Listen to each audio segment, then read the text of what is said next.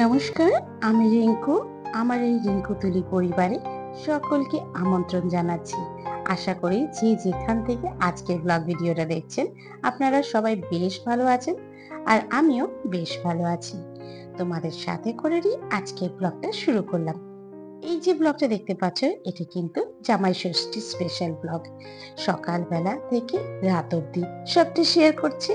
আশা করি তোমাদের সকলের বেশ ভালো লাগবে। আজ ঘুম থেকে উঠেছি ভোর 6টায়, আর উঠেই সমস্ত বাসি কাজকর্ম সেরে ঠাকুর ঘরে চলে এসেছি। অফ ক্যামেরায় ঠাকুরকে স্নান করানো, তাদেরকে পোশাক চেঞ্জ, ইভেন আসন পরিষ্কার সমস্তটা করে তারপর সাজুগুজু করিয়ে ফুল দিয়ে সাজিয়ে খাবারও সামনে দিয়েছি, আর তারপর মোবাইলটা হাতে নিলাম। আসলে কি বলতো, যেহেতু আজকে এক জায়গায় বেরোবো, তো সেই কারণে একটু তাড়াতাড়ি করার চেষ্টা করছি। আর আমার গোপসোনাকে কেমন লাগছে অবশ্যই কমেন্ট করো। গতকাল রাতে ড্রেসগুলো সব সিলেক্ট করে রেখেছিলাম কে কোনটা পরবে, আর সকালবেলা জাস্ট সামনে বের করে দিলাম। একটা ছেলের ড্রেস, একটা হাজবেন্ডের, আর ওটা আমার। এই শাড়িটার ভিডিও অবশ্য আগের দিনের ব্লগে সেটা শেয়ার করেছিলাম। আর তারপর এই যে রেডি হতে শুরু করে দিয়েছি, না হলে না আবার পরে বকুনি খাবো, তাই চটজলদি মেকআপ করছি। এই মোটামুটি কমপ্লিট, জাস্ট একটু ফিনিশিং টাচটুকু দেবো। লাস্টে একটু হাইলাইটার ইউজ করলাম, ব্যাস। আমার কিন্তু সাজুগুজু করতে বেশ ভালো লাগে, তাই ভাবলাম চলো আজকে তোমাদের সাথে একটু শেয়ার করি। ও, তোমাদের সাথে তো শেয়ারই করা হয়নি। আজ আমি কিন্তু বাপের বাড়িতে ষষ্ঠী পালন করতে যাব না। আজ যাব আমার মামার বাড়িতে, আমার নিজের মামার বাড়িতে। মেঝো মামা, তিনি বেলঘরিয়াতে থাকেন। সেখানেই সমস্ত বোনেরা এক জায়গায় হব।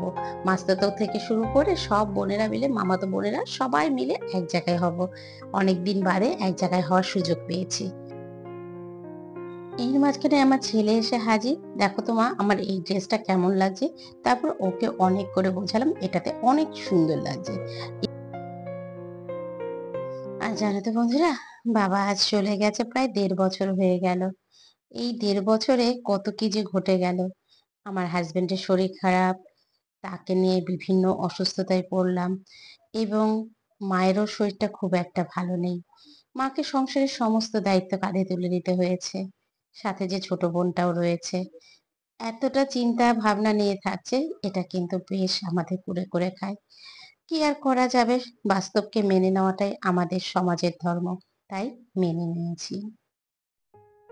বাবা না থাকার এই কষ্টটা হয়তো মামা কিছুটাও কম করার জন্য চেষ্টা করেছে, তাই আমাদের সমস্ত বোনেদেরকে আজ নিমন্ত্রণ করেছে।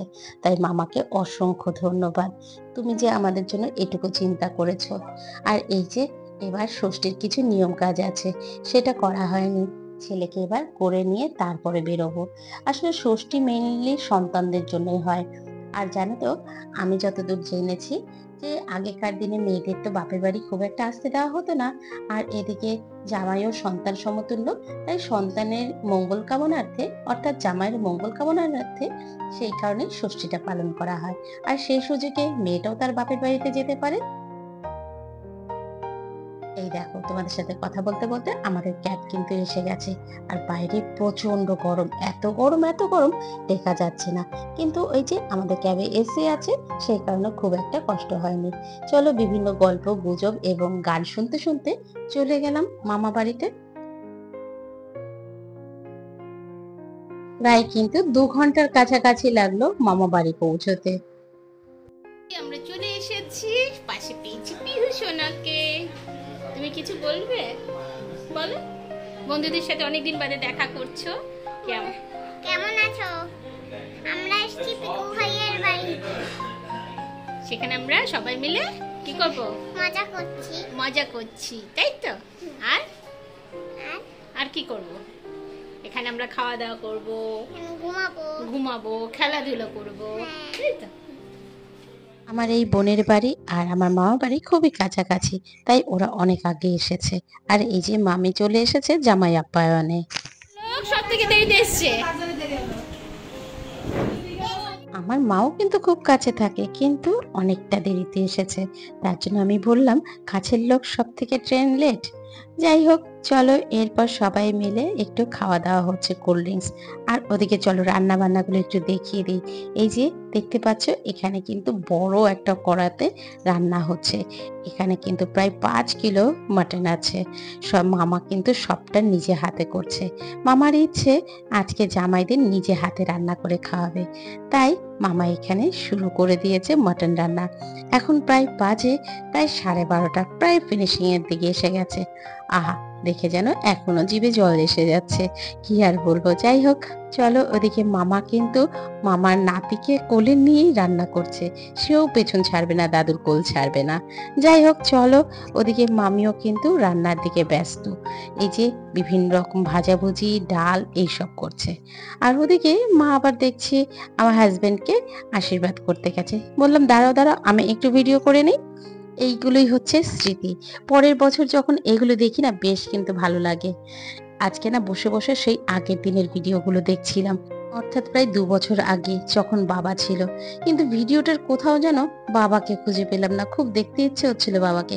মনে হয় রবিবার করে গিয়েছিলাম, তো সেই কারণে তখন বাবা হয়তো কাজে ব্যস্ত ছিল, তাই বাড়ি ছিল না।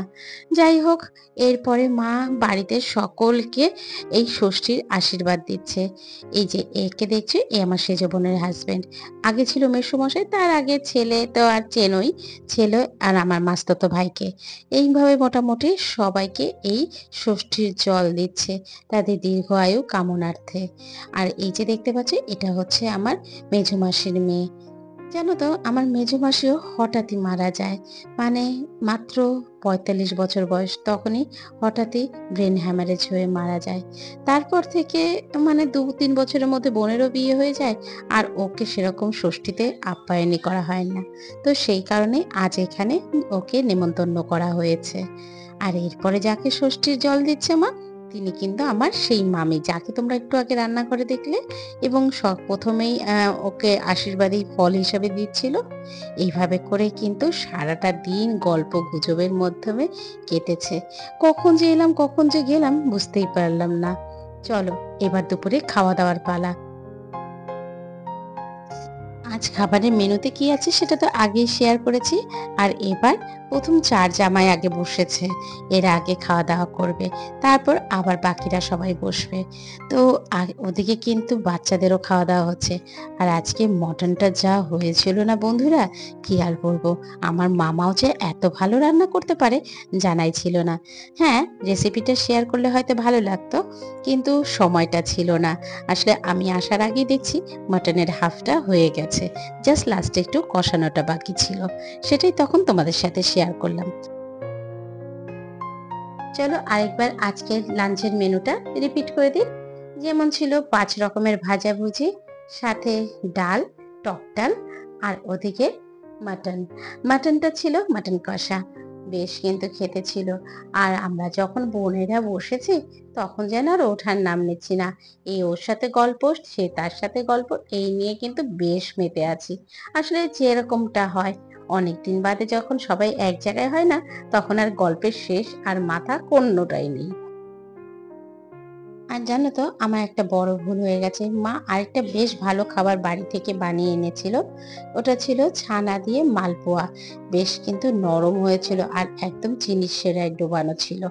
সেটা তো তোমাদের সাথে শেয়ার করতে ভুলে গেলাম। যাই হোক, এরপর মা আর মামি বসে পড়েছে দুপুরের লাঞ্চে। এরপরে আমাদের দুই পুচকে আর পুচকি মিলে কি যে নাচ, কি যে গান, আনন্দ করলো, এটাই বেশ ভালো। এই যে দেখতে পাচ্ছ মামার সেই নাতিটা, সে যেন মাত্র 2.5 বছর বয়স, কিন্তু মুখে কিছু কথা বলবে না।